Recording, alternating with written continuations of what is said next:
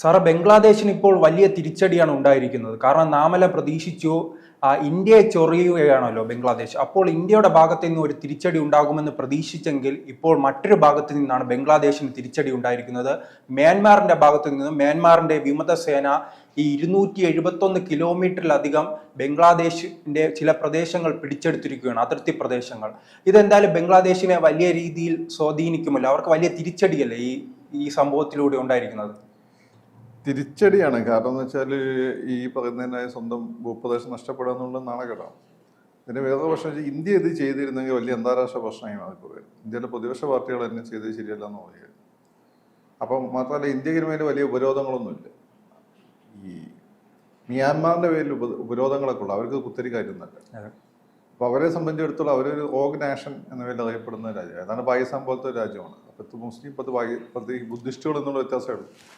അവിടെ ഈ പറയുന്നതിനെ മാതിരി ബുദ്ധിസം പതുക്കെ ഇല്ലാതാകുകയും അവിടെ ഇപ്പം അമേരിക്കൻ റിലിജൻ ഇന്ത്യൻ അതിർത്തി പ്രദേശങ്ങൾ, ബംഗ്ലാദേശ് അതിർത്തി പ്രദേശങ്ങൾ ശക്തമാവുകയും ചെയ്തു. ഇതൊരു ഈ പ്രശ്നം ഒരു കോമൺ കൺസേണാണ് ഈ മേഖലയിൽ. അപ്പം അവർ ഈ രീതിയിൽ അവിടുത്തെ ഒരു റിബൽ സൈന്യം അല്ലെങ്കിൽ ഒഫീഷ്യൽ സൈന്യം അരി ഇടിച്ചു കയറി കഴിഞ്ഞാൽ ഒരു പരിധി കൂടുതലൊന്നും അവരത് ബാധിക്കാൻ പോകും. ഇന്ത്യ മര്യാദക്കാരായി നിൽക്കുന്നതുകൊണ്ടാണ് ഈ അന്താരാഷ്ട്ര സമൂഹം ഇന്ത്യനെ പേടിപ്പിക്കുന്നത്. മാത്രമല്ല നമുക്ക് നഷ്ടപ്പെടാൻ ഒരുപാടുണ്ട്. ബർമ്മയ്ക്ക് നഷ്ടപ്പെടാൻ അങ്ങനെ കാര്യമായിട്ടൊന്നുമില്ല. അപ്പൊ അതുകൊണ്ട് അവിടെ ഇപ്പൊ പട്ടാള ഭരണമല്ലേ? പട്ടാള ഭരണമാണ്. റോഹിംഗ്യ, അതോടൊപ്പം തന്നെ റോഹിംഗ്യ മുസ്ലിങ്ങളുമായി അഭയാർത്ഥികളുടെ പ്രശ്നങ്ങളുണ്ട്. ഇതിൽ നിന്ന് ലോകത്ത് നമ്മൾ മനസ്സിലാക്കേണ്ട ഒരു കാര്യം എന്ന് വെച്ചാൽ, ഇന്ന് ഒരു സ്ഥലത്ത് മെജോറിറ്റി ആയവർ മറ്റൊരു സ്ഥലത്ത് മൈനോറിറ്റിയാണ്. അപ്പോൾ ഒരു സ്ഥലത്ത് കൊടുത്താൽ വേറെ സ്ഥലത്ത് തിരിച്ചു കിട്ടുമെന്നുള്ള ഒരു കാര്യം, അത് നമ്മളെല്ലാവരും തിരിച്ചറിയേണ്ട ഒരു വസ്തുതയാണ്. എസ്പെഷ്യലി ഇപ്പം ബുദ്ധിസ്റ്റ് മതത്തിൻ്റെ ഒരു ലോകരാജ്യം വളരെ ഇപ്പം ഹിന്ദുമതം ഒരുപക്ഷെ ബുദ്ധമതത്തെക്കാളും വലിയ മതമായിരിക്കും. പക്ഷേ ഹിന്ദുമതം ഒരു രാജ്യത്ത് മാത്രമേ ഉള്ളൂ സ്ട്രോങ് ആയിട്ടുള്ള.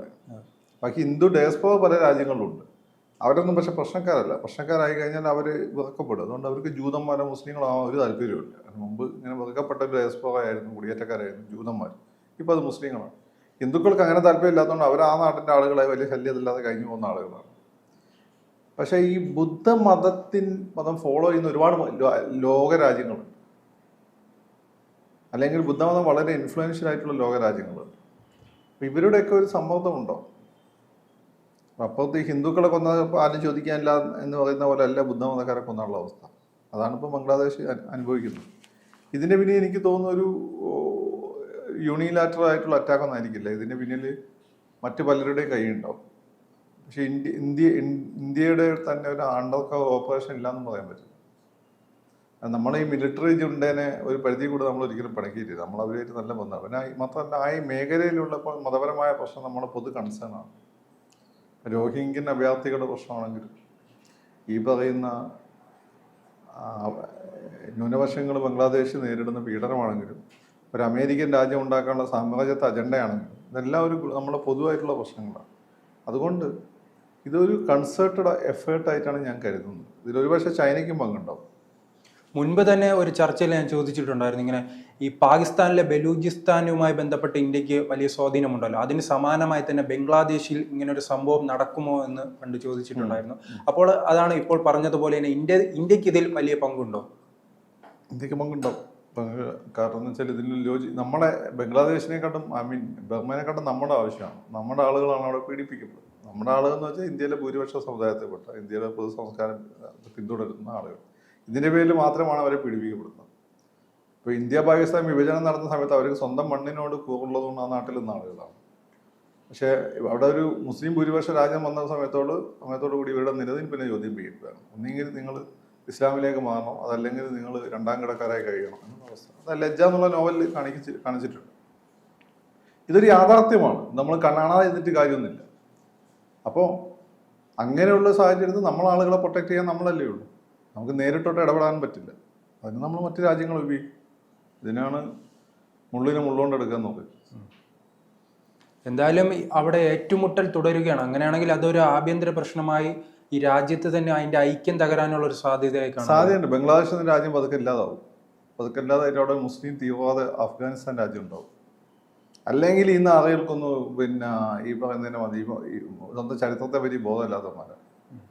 ഈ പിന്നെ ഉണങ്ങിയ തേങ്ങയുടെ മുഖമുള്ള ഇവന്മാർ ഭൂരിപക്ഷം ആരാണ്? ഇന്ത്യക്കാരാണ്. ഇന്ത്യക്കാരെന്ന് വെച്ചാൽ ഏഷ്യൻ വംശജരാണ്. പണ്ട് ഇന്ത്യയുടെ ഭാഗമായിരുന്നു. ആണല്ലോ. അല്ലാതെ ഇവര് അപ്പം പിന്നെയും അലാവുദ്ദീൻ എന്താണ് ബക്തിയാർ ഖിൽജിന്റെ സമയത്താണ് അവിടെയൊക്കെ ഇസ്ലാം പ്രചരിക്കപ്പെടുന്നത്. അതായത് അവിടെ ഇസ്ലാമിൽ പ്രചരിക്കപ്പെട്ട 200 വർഷമായിട്ടുള്ളൂ. അല്ല ഇന്ന രീതിയിൽ അവിടെ ഇന്നത്തെ രീതിയിൽ കൺവേർട്ട് ചെയ്തിട്ട് 500 വർഷമൊക്കെ ആയിട്ടുള്ളൂ. അപ്പൊ യുവന്മാർ എന്തിനാണ് ഇസ്ലാമിന് വേണ്ടി ഫൈറ്റ് ചെയ്യുന്നത്? യുവന്മാരെ ഈ സൗദിയിലൊക്കെ ഉള്ള മുസ്ലിങ്ങളായിട്ട് അംഗീകരിച്ചിട്ടുണ്ട്. അവരവരുടെ അറബ് മുസ്ലിങ്ങൾ മാത്രമേ മുസ്ലിങ്ങളായിട്ട് അംഗീകരിച്ചുള്ളൂ. ഇന്ത്യൻ മുസ്ലിങ്ങളെ പോലും അവരെ അംഗീകരിച്ചിട്ടില്ല. പിന്നെ ഇവരൊക്കെ സാധാ ബംഗാളികളാണ്. കാര്യം എന്താണ്? അല്ല, ഇസ്ലാമിൽ ജാതി മതം ഇല്ലെങ്കിൽ പോലും അറബ് വംശത്തിൽപ്പെട്ട ആളുകൾക്ക് ഒരു മേൽക്കൈയുണ്ട്. പ്രവാചകൻ അവരുടെ ആളായിരുന്നു. അറബികൾക്കിടയിൽ നിന്ന് ഉണ്ടായി വന്നിട്ടുള്ള ഒരു റിഫോം മൂവ്മെന്റ് ആണല്ലോ ഇസ്ലാം. അതായത് ബുദ്ധമതം ഹിന്ദുമതത്തിൽ ഉണ്ടായി വന്ന വൈദിക മതം, ഹിന്ദുമതം അല്ല അന്ന് വൈദിക മതമാണ്. വൈദിക മതത്തിൽ ഉണ്ടായി വന്നിട്ടുള്ള റിഫോം മൂവ്മെന്റ് ആണ് ബുദ്ധിസം, ജൈനിസം. അതുപോലെ അറേബ്യയിലെ ജനങ്ങൾക്കിടയിലുണ്ടായ അവരുടെ നാരായണ ഗുരുവാണ് ആര്? ഈ നമ്മുടെ പ്രവാചകൻ എന്ന് പറയുന്നത്. അപ്പോൾ നിങ്ങൾ ഒരിക്കലും നാരായണ ഗുരു ആരെയും കൊന്നിട്ടില്ല. ഇസ്ലാമിക യുദ്ധങ്ങളുണ്ട്, ആളുകളെ കൊന്നിട്ടുണ്ട്. ഇദ്ദേഹം പൊളിറ്റിക്കൽ ഹെഡായിരുന്നു. ഇദ്ദേഹം ഒന്നും കൂടെ കല്യാണം കഴിച്ചിരുന്നു. നാരായണ ഗുരു അങ്ങനെ പറയും. അത് ഇവിടുത്തെ സാഹചര്യം, അവിടുത്തെ സാഹചര്യം. ഒരിക്കലും ഒരു ചെഗ്വേര ഇന്ത്യയിൽ ഉണ്ടാകാൻ ഭയങ്കര ബുദ്ധിമുട്ടാണ്. ഒരു മഹാത്മാഗാന്ധി ലാറ്റിൻ അമേരിക്കയിലോ യൂറോപ്പിലുണ്ടാകാൻ ബുദ്ധിമുട്ടാണ്. അത് അവിടുത്തെ ഭൗതികവും സാംസ്കാരികമായ സാഹചര്യം. നമ്മളെ സംബന്ധിച്ചിടത്തോളം നമുക്ക് ആത്മീയതയുടെ ശക്തമായ ഒരു തലമുണ്ട്. ആ തലം ഉപയോഗിച്ചുകൊണ്ട് നമുക്ക് ഭൗതികമായ കാര്യങ്ങളെ പോലും സ്വാധീനിക്കാൻ പറ്റും. അത് ഇന്ത്യയുടെ ഒരു പ്രത്യേകത. നമ്മൾ സ്വാതന്ത്ര്യ സമരമൊക്കെ എടുത്തു നോക്കിയാൽ അവിടെ അതല്ല. അവിടെ എന്ന് വെച്ചാൽ ആത്മീയതയെക്കാട്ടും ഭൗതികതയ്ക്കാണ് ഇമ്പോർട്ടൻസ്.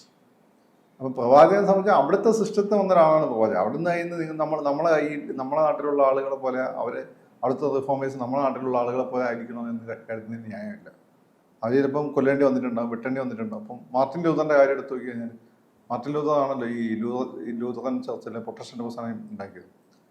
അദ്ദേഹത്തിന്റെ രാജ്യത്ത് ആ സമയത്ത് കർഷകർ പ്രക്ഷോഭം ഉണ്ടാക്കിയ കർഷകരുടെ കൂടെ നിൽക്കാതെ രാജാവിന്റെ കൂടെ നിന്ന ആളാണ്.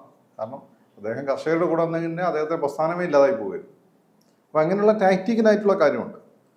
അപ്പം അറബികൾ എന്തുകൊണ്ടാണ് അറബികൾ എപ്പോഴും ഇപ്പം ഞാനൊരു ഇസ്ലാമിനെ സംബന്ധിച്ചിടത്തോളം ഒരു പുതിയൊരു വായന കൊണ്ടുവന്ന് അറബികൾ ആദ്യം ചോദിക്കുക എന്നെ കൗണ്ടർ ചെയ്യാൻ പറ്റിയില്ലെങ്കിൽ ഹീസ് നോട്ട് എൻ അറബ് എന്നാണ് പറയുന്നത്.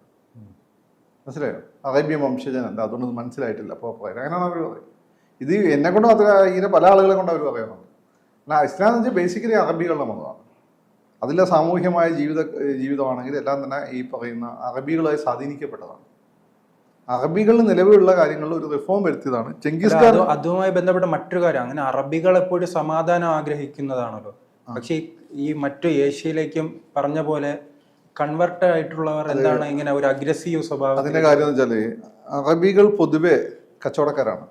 അവർ പൊതുവെ ഒരു എന്താണ് അവർക്ക് ഇല്ലാത്ത സമാധാനമാണ്. അപ്പോൾ സമാധാനം ഉണ്ടെങ്കിൽ കച്ചവടം നടക്കും. സമാധാനത്തിന് ആഗ്രഹിക്കുന്ന ആളുകളാണ്. അതുകൊണ്ടാണ് ഈ മതത്തിന് സമാധാനം എന്നുള്ള പേര് കൊടുത്തത്. അല്ല പിന്നെ വിപ്ലവം എന്നുള്ള പേര് കൊടുത്താൽ പോലെ കൊടുത്തില്ലല്ലോ. പക്ഷേ ഈ മതം കുറച്ച് കഴിഞ്ഞപ്പോൾ അറബികളുടെ കയ്യിൽ നിന്ന് പോയിട്ട് പേർഷ്യക്കാരുടെ കയ്യിലും തുർക്കികളുടെ കയ്യിലൊക്കെ ആയി. അവരുടെ ഈ ലോക്കൽ ട്രഡീഷൻ അവർ വളരെ മിലിറ്റൻ്റ് ആയിട്ടുള്ള വിഭാഗമാണ്. എന്ന് വെച്ചാൽ കുതിര ഓടിച്ച് പോയി കീഴടക്കുക എന്നുള്ള അവരുടെ രീതി. ചെങ്കിസ് ഖാൻ്റെ ഒക്കെ പാരമ്പര്യം, അല്ലെങ്കിൽ ഇറാനിലാണ് സേഴ്സസിൻ്റെ പാരമ്പര്യമാണ്. അപ്പോൾ അവർ ആ രീതിയിലേക്ക് ഈ മതത്തെ മാറ്റി എന്നുള്ളതാണ്. അവരാണ് ഇവിടെ ഉത്തരേന്ത്യയിലൊക്കെ വന്ന് പൃഥ്വിരാജിനെയൊക്കെ കൊന്ന ആളുകളും മുഗളന്മാരും എല്ലാം അവർ തന്നെയാണ്. മുഗളന്മാർക്ക് തന്നെ ഒരു ബുദ്ധമതത്തിൻ്റെ ഒരു സ്വാധീനം ഉള്ളതുകൊണ്ട് അവർ കുറച്ചുകൂടി മൈൽഡായിരുന്നു, എസ്പെഷ്യലി അക്ബറൊക്കെ. അതുകൊണ്ടാണ് അക്ബറിൻ്റെ വിശാലമായ ആ പ്രദേശത്ത് ബുദ്ധമതത്തിൻ്റെ സ്വാധീനമുണ്ട്. പിന്നെ ഈ പറയുന്ന നമ്മൾ കേരളത്തിലാണ് ശരിക്കും അറബികൾ കച്ചവടത്തിൽ വന്ന് ഇസ്ലാം ഉണ്ടാക്കിയത്. അതിവിടെ ഹിന്ദു രാജാക്കന്മാരുടെ ഫ്രണ്ട്സ് ആയിരുന്നുകൊണ്ടാണ് അവർ ഇത്രയും കാലം നിന്നത്. കേരളത്തിലൊക്കെ നമ്മൾ വലിയ വർഗീയ സംഘർഷങ്ങളൊന്നും ഇല്ലല്ലോ. നമുക്ക് കേരളത്തിൽ ആപ്പാടുള്ള ഒരു സംഭവം 1921 കലാപം ടിപ്പു സുൽത്താൻ്റെ പടയോട്ടം മാത്രമാണ്. ടിപ്പു പുറത്തുനിന്ന് വന്ന ആളാണ്.